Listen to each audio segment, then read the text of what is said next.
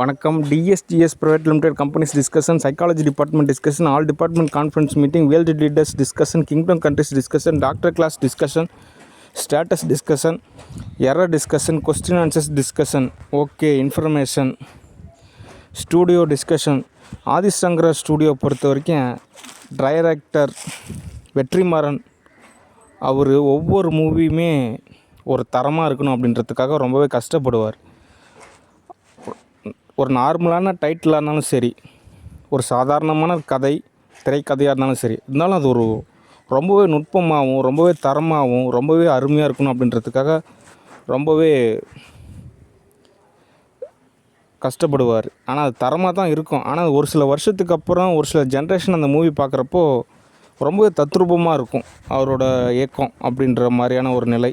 Okay, அந்த வகையில் இப்போ நான் எடுக்கக்கூடிய மூவி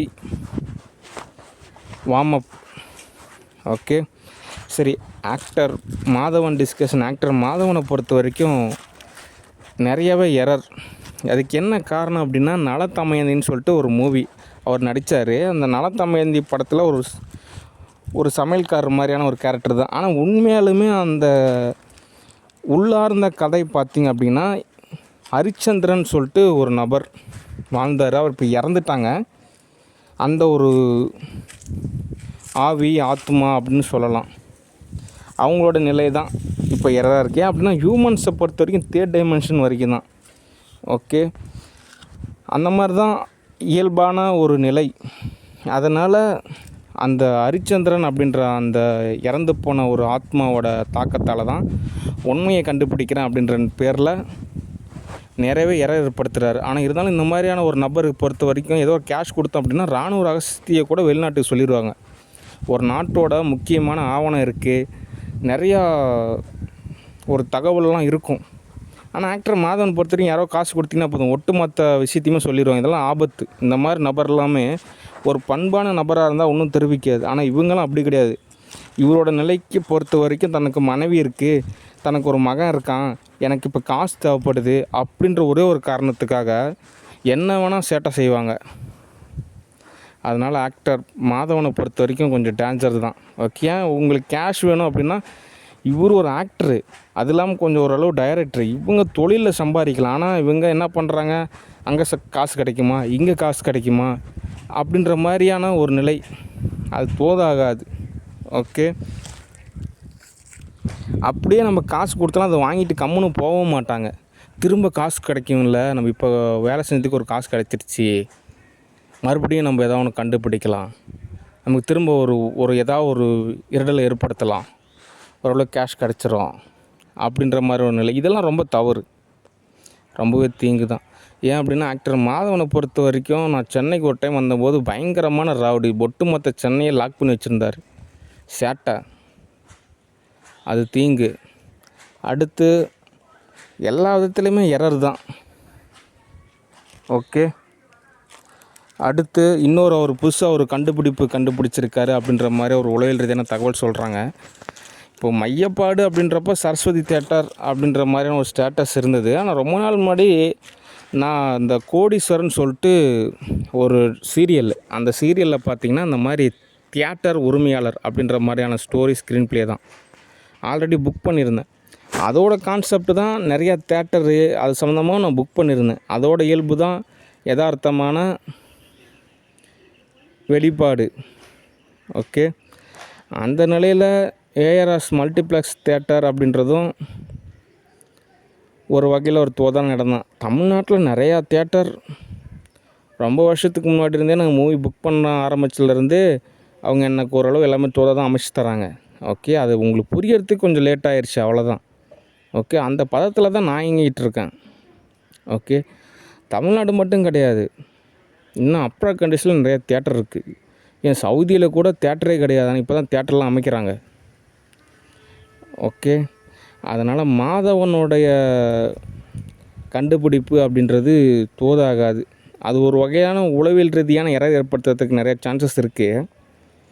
அப்படியே உண்மையை கண்டுபிடிச்சாலுமே அது ஒரு நெருடலை தான் ஏற்படுத்தும். ஓகே, ஏன்னா ஒரு பதம் பக்குவம் அப்படின்றது மிகவும் அவசியம்.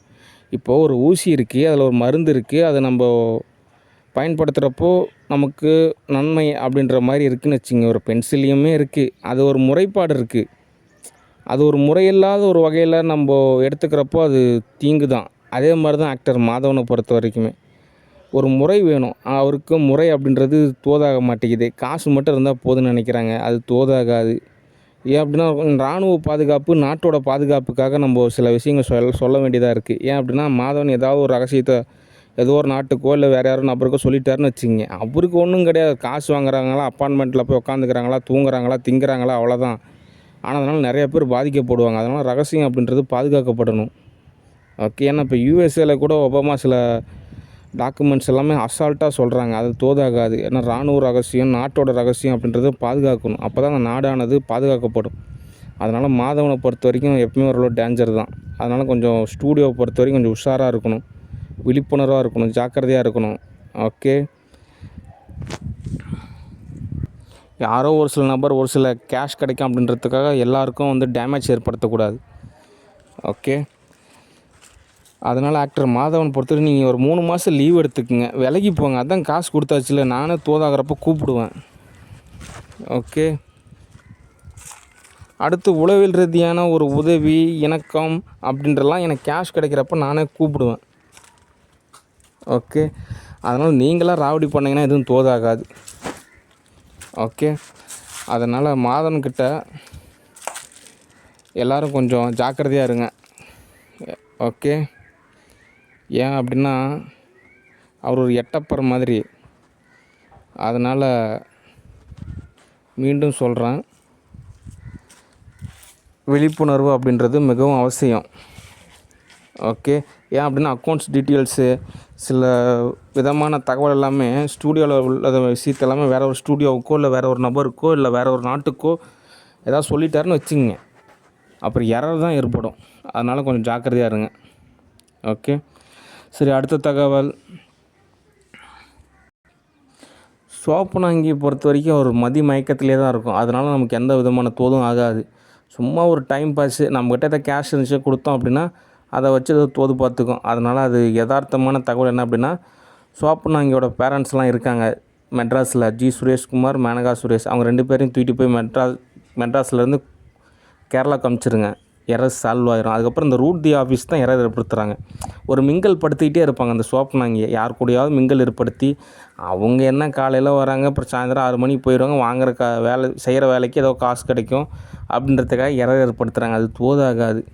நீங்கள் வேறு யாராவது வச்சு தோது பாருங்கள். ரூட் தி ஆஃபீஸ் எப்பயுமே சென்னையில் அந்த நீலாங்கரையில் அந்த ரூட் தி ஆஃபீஸை ஆதிசங்கர் ஸ்டூடியோவில் இருக்கும். நீங்கள் எத்தனை நபரும் ஃபோக்கஸ் பண்ணிகிட்டே இருங்க, ஏன்னா அங்கே இருந்தால் நமக்கு எரர் ஏற்படுது. அதனால் அந்த எரரை தான் சால்வ் ஆனால் தான் அவங்க என்ன சம்பாதிக்க போகிறாங்க. அதிகபட்சம் நான் ஒவ்வொருத்தரும் 1 லட்ச ரூபா சம்பாதிப்பாங்க, அப்படிலாம் கிடையாது. ஆனால் நம்ம கணக்கில் சம்பாதிக்கிறோம். இவங்க சம்பாதிக்கிற 1000 2000த்துக்காக நம்ம கணக்கில் சம்பாதிக்கிற நம்மக்கிட்ட வந்து எரர் ஏற்படுத்துகிறாங்க. அதனால் கொஞ்சம் நீங்கள் தான் விழிப்புணர்வாக இருக்கணும். ஓகே. சம்பாதிக்கிறது மட்டும் ஒரு விஷயம் கிடையாது, அதை பாதுகாக்கணும், முறைப்படி டெய்லியும் சம்பாதிக்கணும் அப்படின்ற கான்செப்டும் இருக்குது. ஓகே. சரி, அடுத்த தகவல். ஆதிசங்கர ஸ்டூடியோ பொறுத்த வரைக்கும் ஒரு டெடிக்கேஷன் இருக்குது. அவங்க யார் அப்படின்னா பயோவிஸ் கீர்த்திகா. அவங்களுக்காக தான் அந்த ஸ்டூடியோட டெடிக்கேஷன். ஓகே. ஏன்னா இந்த அலைவரிசை அப்படின்னு இந்த கழுதையை சமாளிக்கக்கூடிய ஒரே நபர் கீர்த்திகா மட்டும்தான். ஓகே. அதனால் கீர்த்திகா சார்பாக தமிழ்நாட்டுக்கு நான் அப்பப்போ ஒரு ஃபண்டான ஒரு கேஷ் கொடுக்கலான் இருக்கேன். ஓகே. ஏன்னா ஒரு நல்ல க்யூன், நிறைய எக்ஸ்பீரியன்ஸ் இருக்குது, ஈரான் இருக்குது, நிறைய உலக நாடுகள் எக்ஸ்பீரியன்ஸ் இருக்குது. நார்த் இந்தியா மோடி வரைக்குமே சர்டிஃபிகேட் கொடுத்துருக்காங்க, தரமான ஒரு க்யூன் அப்படின்னு. மோடியை கூட வந்து மீட் பண்ணுறேன் அப்படின்ற அளவுக்கு நல்ல ஒரு நிர்வாகவியல். ஓகே. அவங்களுக்கு உதவியாக இருக்கக்கூடிய ரேவதியும் ஒரு நல்ல ஒரு பதம் தான். ஓகே. எல்லாம் ஓரளவு தோதாகிறப்போ எல்லாமே ஒரு சூழ்நிலை அமையும். அது வரைக்கும் அங்கங்கே வேலை செஞ்சுக்கிட்டு ஓரளவு ஆன்லைனில் எல்லாத்தையும் தோது பார்க்க வேண்டியது தான். ஓகே. சரி, அடுத்த தகவல்.